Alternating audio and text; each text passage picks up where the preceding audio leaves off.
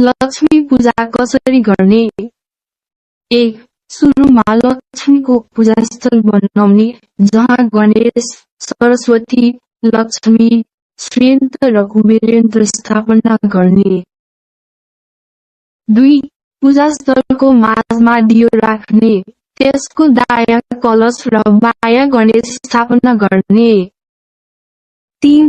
त्यसपछि ठुलो कलशमा पानी राख्ने, नाङ्लोमा धान, चामल राख्ने। 4. कलश सहित चामल चरेसको थाल राख्ने, थालमा लक्ष्मीको प्रतिमा, आफूसँग भएका सम्पूर्ण गहना तथा पैसा राख्ने।